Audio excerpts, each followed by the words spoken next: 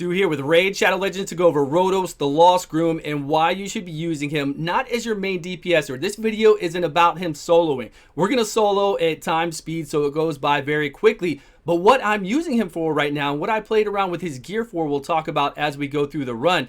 But what we want to do is get a team that just does max damage. Just YOLO. It doesn't matter if they're going to die or not. We get to the boss. We do as much damage to the boss as possible. And then if we make it through, we get fast runs. If we don't, if we fail, we have Rotos that he will clean up by himself and get it done very easy. Let's talk about it as we go so we can show the runs that I did. I didn't put any other legendaries in those runs, even though I do use him right now in my team. We'll get to see my team at the very end.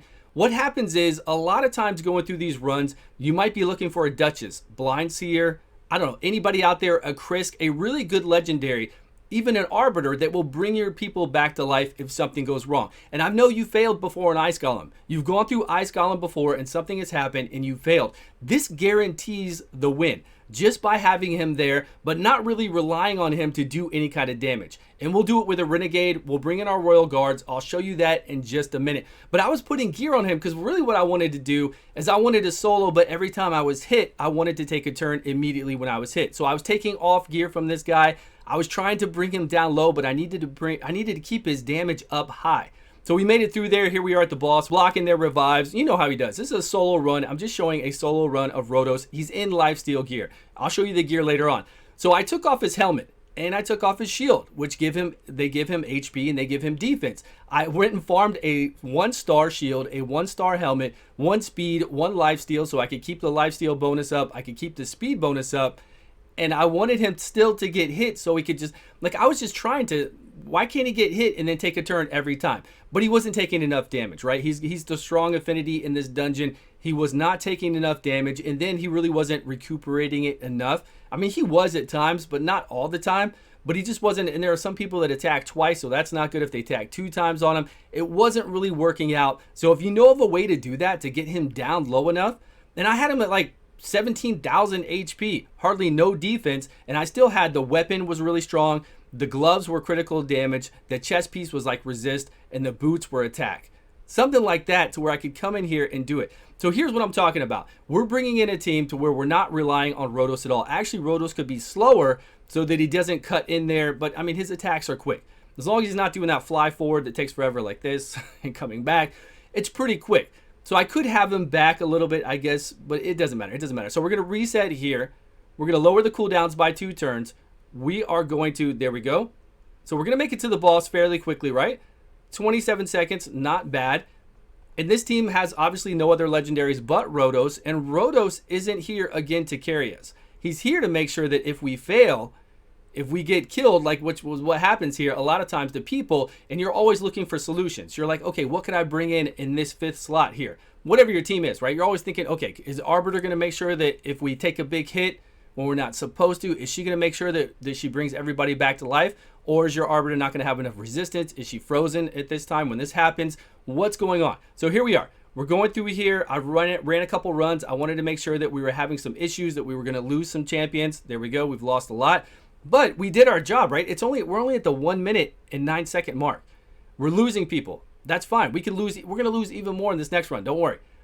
We lost everybody. So right now we'd have to rely on our Blind Seer. Our Krisk would have kept everybody alive. Somebody out there, your miscreated monster, whoever you have out there. But a lot of people might have a Rotos from the fusion. So very easy to come in here and just look at that. 1 minute, 25 seconds.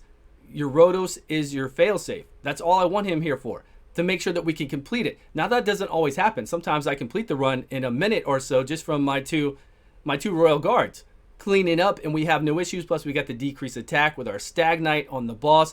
We're doing the same exact run, and we're going to show what can happen. We've got issues here on wave 2 sometimes. I think this was the main issue. We didn't get a decreased defense. Hey man, these things happen. We didn't get a decreased defense on that Draco, whatever it was there, Draco. And it took us longer to kill that wave 1. Now we're on wave 2. It's taking us longer to kill wave 2 because we're not set up properly because it took too long on wave 1. Now they've got to reflect up. That's an issue. Royal Guard down. Now we've got a Royal Guard down. So we're coming in here with 1 less guy. We're losing people already, but it's okay. We're at 40-something seconds, 42 seconds now. We've got our Rotos. He can solo it, right? We've got no issues. We've already seen him solo it in 3 minutes and something. We got here faster than that. He's blocking revive right there, so that helps us out already. And most of our people are looking sad. We don't have any healers in this group. We don't have any revivers in this group. We've got nothing. There we go. We got a good hit. That's all you're going to give us, Royal Guard. You're out of here. And we're going to go through here, and then the rest of these guys are going to die. That's fine. No issues. You know we can beat it. We've done it already. Hit again, and then I'm going to show you my team. So my team now, I'm running Lydia because Lydia will block for 1 turn. She'll block the revive of these guys coming back, so we kind of get an additional time to do more damage to the boss before he brings back his minions. When I have Lydia, Prince Kymar, 2 Royal Guards, and then I put Rotos in there. Because before I'd have Blind Seer or I'd have Duchess or somebody like that would keep us to make sure that if something went wrong, we skip forward, of course, here we go. At the end of his life, something went wrong, I'd still be able to complete it. I want that 100% completion because things do go wrong in Ice Golem, and it's really irritating. You're like, look, man, I do 100 runs. Out of all those runs, 2 might fail out of 100, and it's not really always your fault because I've shown this before. Sometimes they'll attack the Ice Golem before he's down below that last threshold, and it really gets irritating to see all that energy wasted.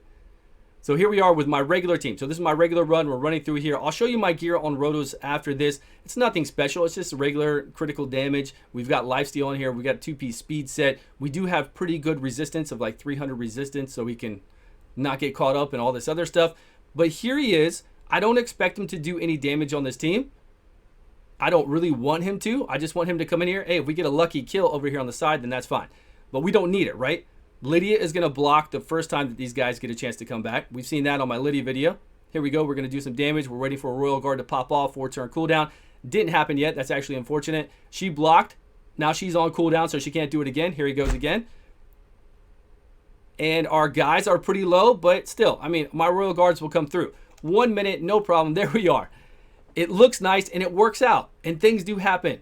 And this guy will clean up. My Rotos is there to make sure that I always succeed 100% win rate. Like I've said, we've got speed and we've got lifesteal on here with critical damage gloves, resistance chest, attack boots. We've got attack here with more attack. It doesn't matter. If you want to do HP or attack, it really does not matter. It's up to you. I did a guide on Rotos where I completely filled him up with HP, and then I did another build where I did all attack, and we went through everything in the game with him. So go check that out if you want to see the difference. But really, there's not much difference. You could do either one. Feel safe in it. Just make sure you get that critical damage up. You're fine. We've got resistance again. His total stats are, look at that really low HP, 23,800, 202 speed. Sadly, we're not even at 100% crit rate. I know, it's sad, but we're at 303 resistance to make sure that we don't get any debuffs on us. We shrug those off. Of course, he's booked.